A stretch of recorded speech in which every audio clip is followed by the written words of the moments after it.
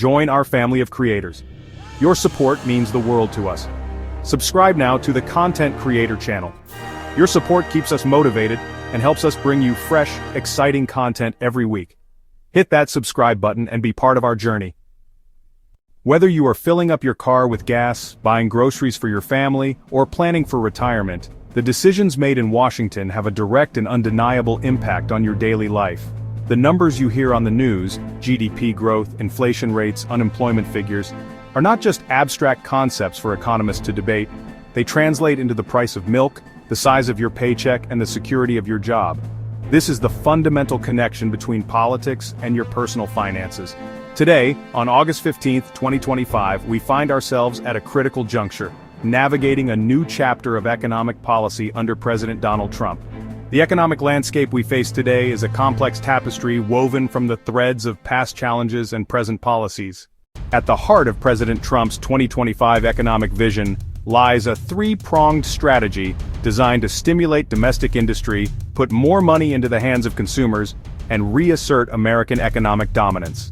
The first and most prominent pillar is the aggressive use of tariffs. This involves imposing new and in some cases significantly higher taxes on goods imported from other countries, particularly from major trading partners like China and the European Union.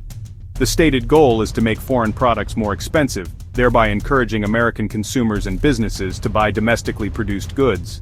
The second pillar of the plan is a renewed push for significant tax cuts. Building on the framework of the 2017 Tax Cuts and Jobs Act, the administration is advocating for further reductions in both corporate and individual income tax rates. The argument is that lowering the tax burden on businesses will incentivize them to invest, expand, and hire more workers, leading to broader economic growth.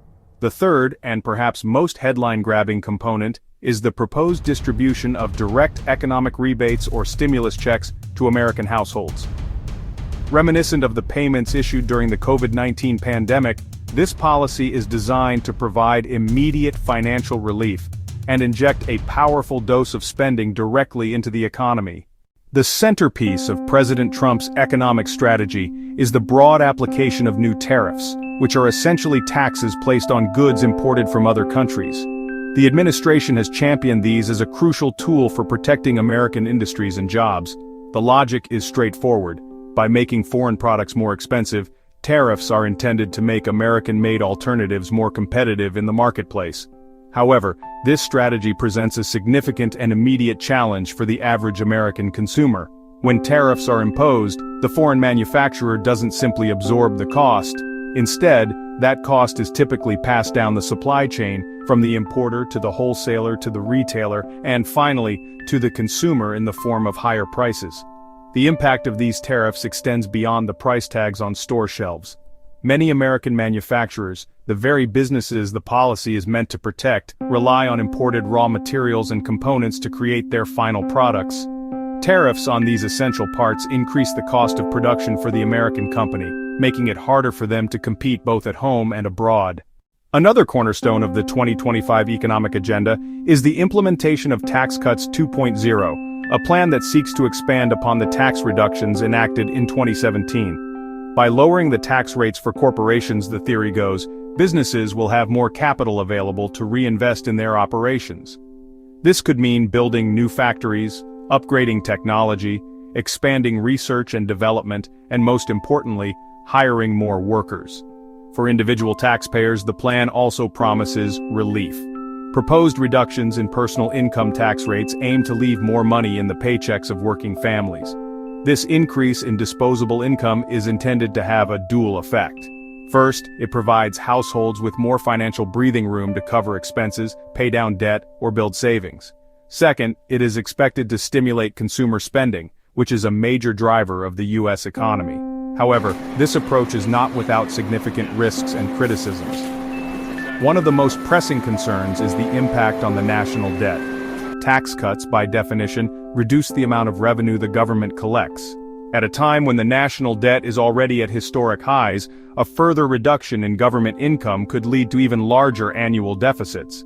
Furthermore, questions persist about who benefits most from these tax reductions. To provide immediate and direct economic relief, the Trump administration has rolled out a plan for a new round of economic rebate checks sent directly to millions of American households. This policy is designed to act as a powerful, short-term stimulant for the economy. The logic is simple and direct. When people receive an unexpected infusion of cash, they are likely to spend it. This spending creates a surge in demand for goods and services, which in turn boosts sales for businesses, from local restaurants and retail shops to major car dealerships. For individuals and families struggling with rising costs or financial uncertainty, these checks can provide a critical lifeline, helping to cover rent, utilities, or other essential expenses. The appeal of this policy is its immediacy and visibility. Unlike the more complex and slow-acting effects of tariffs or tax cuts, however, economists raise serious questions about the long-term effectiveness and potential downsides of such a program. One major concern is that these rebates are a temporary fix, not a sustainable solution for economic growth. They create a short-lived spike in consumer spending, but they do not fundamentally alter the underlying productive capacity of the economy. The most significant risk associated with these rebate checks is their potential to fuel inflation. Inflation is a word that can make anyone feel uneasy, and for good reason. In simple terms, it means that your money doesn't go as far as it used to. When inflation is high, the price of everything from a gallon of gas to a loaf of bread goes up, eroding your purchasing power and making it harder to manage a household budget. A central concern among many economists looking at the Trump administration's 2025 policies is that they could combine to create significant inflationary pressure. The combination of new tariffs, which raise the cost of imported goods, and economic rebate checks, which increase consumer demand, is seen by many as a classic recipe for driving prices higher across the board. The tariff component acts as a direct cost-push force on inflation. When the government places a tax on imported goods, the cost of bringing those products into the country rises. As we have discussed, these costs are rarely absorbed by the foreign producer or the importer. They are passed along to the consumer. Furthermore, high inflation could force the Federal Reserve, the nation's central bank, to intervene by raising interest rates. As the administration's new economic policies begin to take shape, public opinion remains deeply divided, often mirroring the nation's partisan lines. Recent surveys conducted in the summer of 2025 paint a complex picture of how Americans are feeling. On one hand, there is a significant portion of the population that expresses strong optimism and support for President Trump's approach. These supporters, often concentrated in manufacturing-heavy regions or among those who feel left behind by globalization, are drawn to the promise of protecting American jobs and revitalizing domestic industry. According to a recent Gallup poll, approximately 45% of Americans approve of the president's handling of the economy.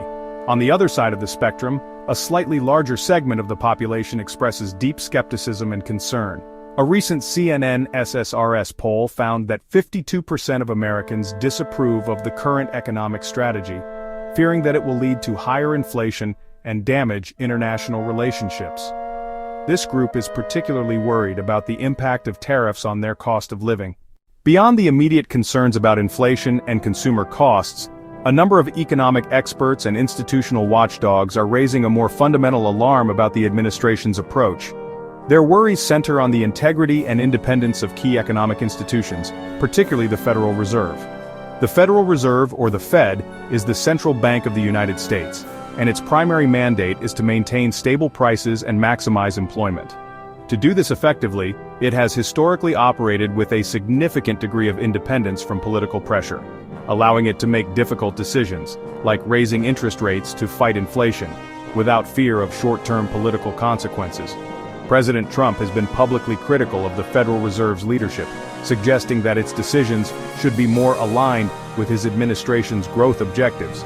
This has led to fears among many economists that the White House could exert undue influence over monetary policy.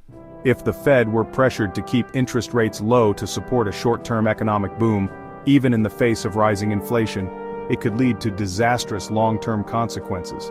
The independence of the Fed is seen as a critical guardrail for the economy, and any erosion of that independence is viewed as a serious risk. We stand today in the midst of a bold and high-stakes economic experiment.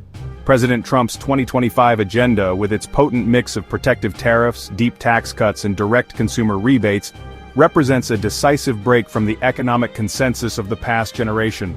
Proponents see this as a necessary and overdue course correction, a path toward rebuilding American manufacturing, restoring national pride, and delivering tangible prosperity directly to the people. However, the warnings from a wide array of economists and policy experts are stark and cannot be ignored. They see a collection of policies that could easily collide to create a perfect storm of economic trouble. As we move through the final months of 2025 and into the new year, every American should be watching for a few key indicators. First and foremost is the Consumer Price Index, the most common measure of inflation. Keep an eye on whether the cost of everyday goods and services is rising, and by how much. Second, watch the job numbers but look beyond the headline unemployment rate. Are wages keeping pace with inflation? Ultimately, the chapter of this economic story is still being written. The outcome is not preordained.